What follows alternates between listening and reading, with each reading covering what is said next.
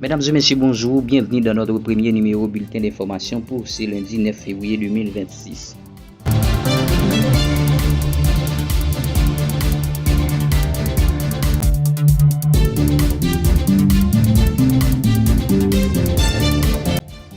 En Haïti, une date est fixée pour que les anciens membres du CPT ainsi que le chef de cabinet déclarent le patrimoine des sorties.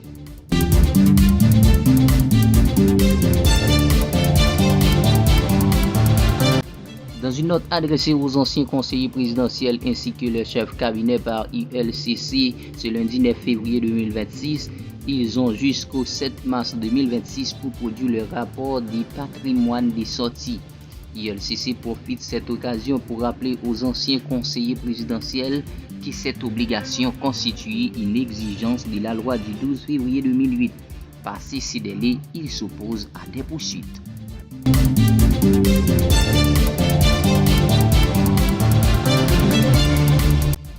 Haïti Justice.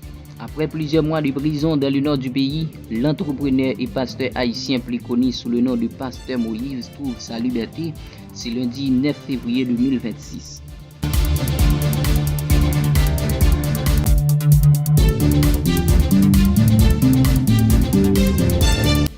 Toujours en Haïti, selon un arrêté publié par le Premier ministre haïtien Alix Didier-Fils-Aimé, des changements ont été effectués à la mairie de Pétionville.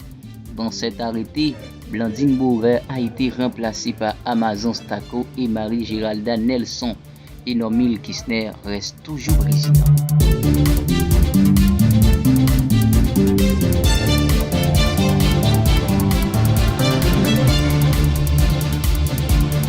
Dans l'international, au Mali, condamnation de Monsamara.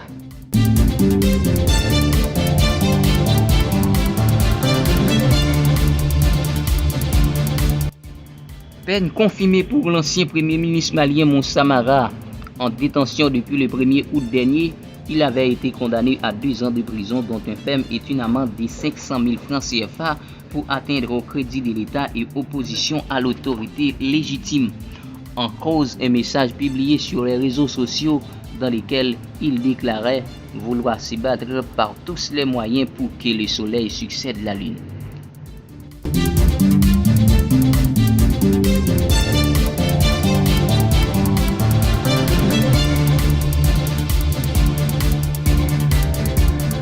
En France, l'animateur Jacques-Mac Morandini se retire de l'antenne de CNews.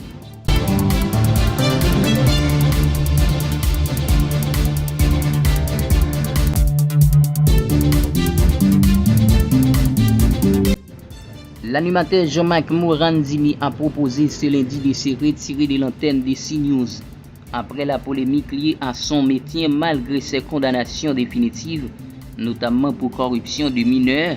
La direction de la chaîne télévision a pris acte de ce retrait immédiat, sans préciser toutefois sa durée.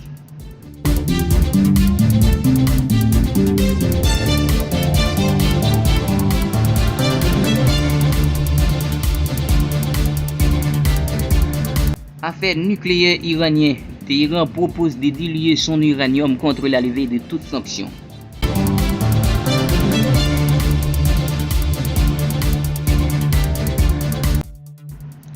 Après la reprise des pourparlers sur le nucléaire avec Washington, le chef de l'organisation iranienne de l'énergie atomique a indiqué ce lundi que l'Iran était prêt à diluer son uranium hautement enrichi si les États-Unis lèvent toutes sanctions.